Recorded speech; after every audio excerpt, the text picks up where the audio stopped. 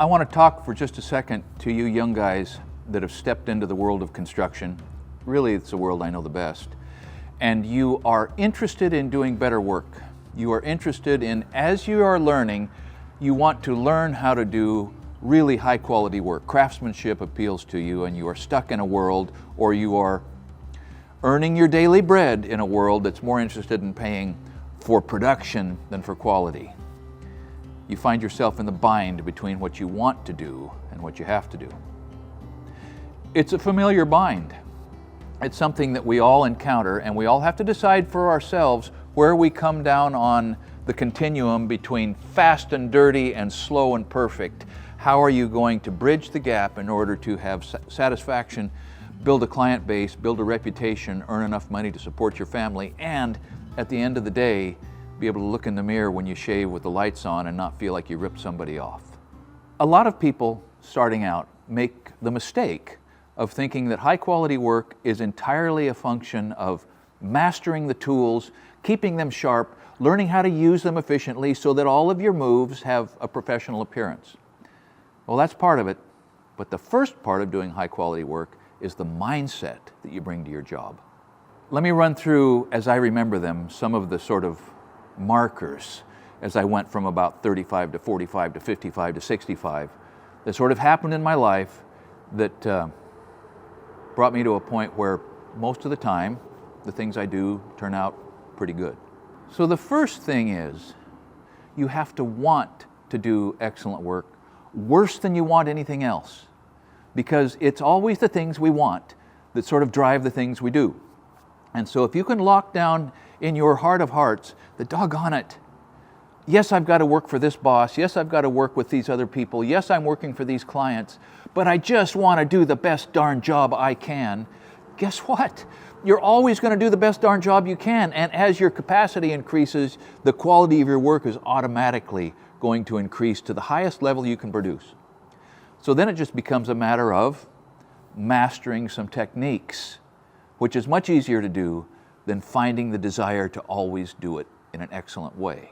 So if you're working in construction, education, at least part of the education of how to do excellent work, is right at your fingertips. And it's watching the people around you carefully, including all of the subcontractors, not just the people who are doing what you're doing, but all the work that's going on needs to be watched. You steal these secrets with your eyes.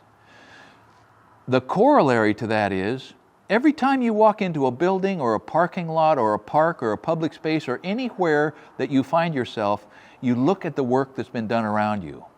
You keep your eyes open. You look for opportunities to go into spaces that are different than the spaces that you ordinarily go into and examine the work. Because once you know what truly excellent work looks like, you know what your target is.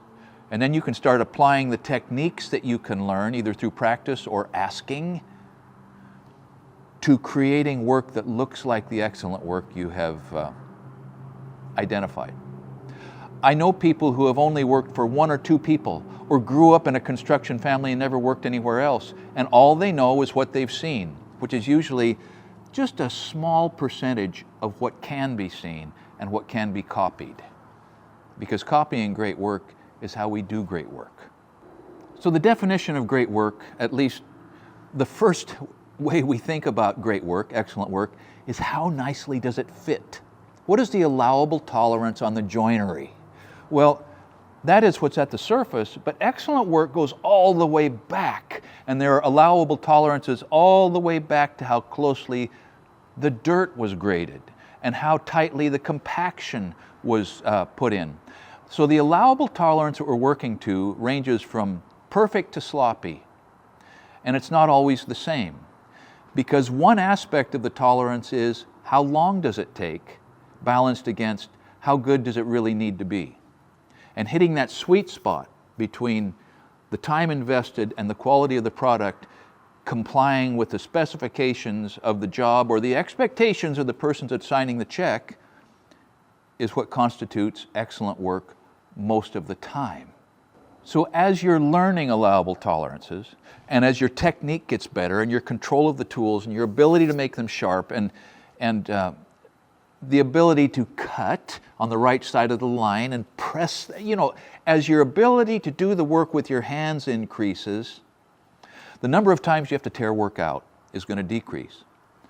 But doggone it, I don't care how long you've been doing this work, one of the vital skills that you have to develop is the ability to force yourself to rework something that just has to be done better. Now, if you're on a payroll, you can only tear out the work that your boss is happy to have you tear out. And most of the time, the amount of work that he's happy to have torn out is 0. But that doesn't mean you can't come back on your own time for your own satisfaction and fix something. Now, maybe you have an employer who is happy with making it right no matter what it takes. Lucky you. And if you're willing to make it right, lucky him or her. But in general, and especially once you open your own shop, once you're doing your own work, the ability to bite the bullet, tear something out, throw it away, and do it again better is your friend when you're wanting to become a top-notch, fill in the blank, whatever it is you're doing. And let me just throw this out.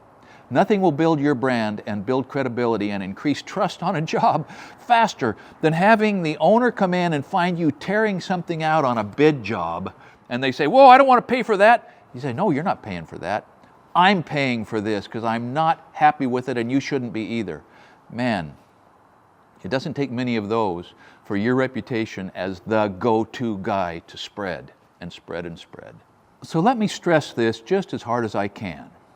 You've got to develop the systems and the habits that are going to automatically produce good work. I mean, there are routines that you can set up for yourself, particularly in the more mundane aspects, the stuff that's behind the scenes, that's structural, where if you follow the protocol that you have seen and that you have learned and that you've practiced, you can go onto autopilot, and at the end of the day, your work's going to be good. The trick is you have to make sure those are the best systems to accomplish that work. And you've got to watch the systems that other people are employing, because it's a system and the habit, the things that you have trained your hands to do without thinking about it, that are going to sort of set a baseline in your work that is either exceptional or, frankly, good enough. And I don't know about you, but I became happier when I began to emphasize exceptional in place of good enough.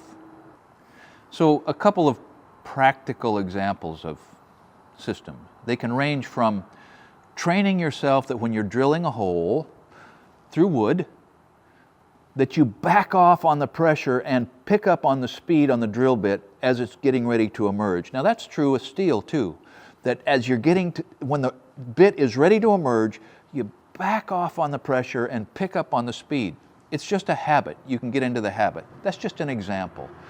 Or when you're pouring concrete and you are setting your forms or putting in the rebar and you begin to think of a pour date, make it part of your system to schedule the trucks and the pumps early, like 2 weeks early, because it's going to reduce the panic when you get to the end and you realize, oh man, I didn't reserve a pump. It becomes a system that at the first moment that you have any idea of when that pour is going to be ready, you schedule the work. Now those are two ends, vastly different, but they relate to the same idea, that you set some markers for yourself that are practical, that are achievable, and that will just sort of increase the likelihood for you and your client that you are going to underpromise and overdeliver.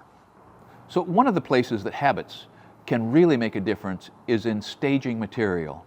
Because 80% of construction is handling material. I mean, we pick it up, we move it in, we put it in place, and then we clean up the mess. It's what we do. And so set some habits around the proximity of the material to the work, leaving room between the material and the work for the equipment or the access or the scaffold or the climbing or whatever it is. Learn to think sort of into the future and solve the future problems before they present with your staging. Now, maybe that's too ambiguous. Maybe we have to admit that every situation is different. But if you develop the habit of thinking of staging as one of the most important areas of effort that you can apply your brain power to, it's going to reduce the complications. It will reduce the quality of your work when you get to the end. Now, as I wrap this up, and particularly if you're young in the trades, And you're asking yourself, yeah, but you haven't really told me how to learn this. Well, most of it you're going to learn from the people around you. And you will learn from the people around you if you don't assume you understand why they're doing what they do. If you remain curious and open-minded and avoid like a poison the thought process that we all have that, oh, that's dumb, oh, my way's better, or my tool's better, or don't do that. Ask the question all the time, why did you do it like that? And put a tone in your voice that helps them understand you're genuinely curious. Because people will teach someone who's curious and they will not waste their time with someone who already knows everything. Make yourself vulnerable. When they tell you why they did something, say, that's a great idea. If you can make yourself say that, even if you don't believe it, you just prime the pump so the next time you ask them why they do something, you might learn something that you would not have picked up for 15 years into your future. And let me tell you, it helps to pick these things up early by remaining curious, by being ready to surrender the false position that you already know everything that's going on the job. Nothing stunts you more than that. And nothing helps you to grow more than making yourself a student of everyone around you all the time. All right, so let me just tell you this. My satisfaction as a construction worker began to increase when I started thinking less about how much I was making and more about the quality of the product I was leaving people with. Now, you can't forget about how much you're making. Doggone it, sometimes you need to quit a job when you've already learned all the bad habits that person has and you've resolved to never duplicate them and they don't pay enough anyway, and you go find a spot where they value excellent work. Or you realize that the client that you're talking to about the remodel that you're going to do for them is so fixated on the dollar that there's no way you can afford to do something you're going to be proud of. You've got to be able to change. And economics is part of this.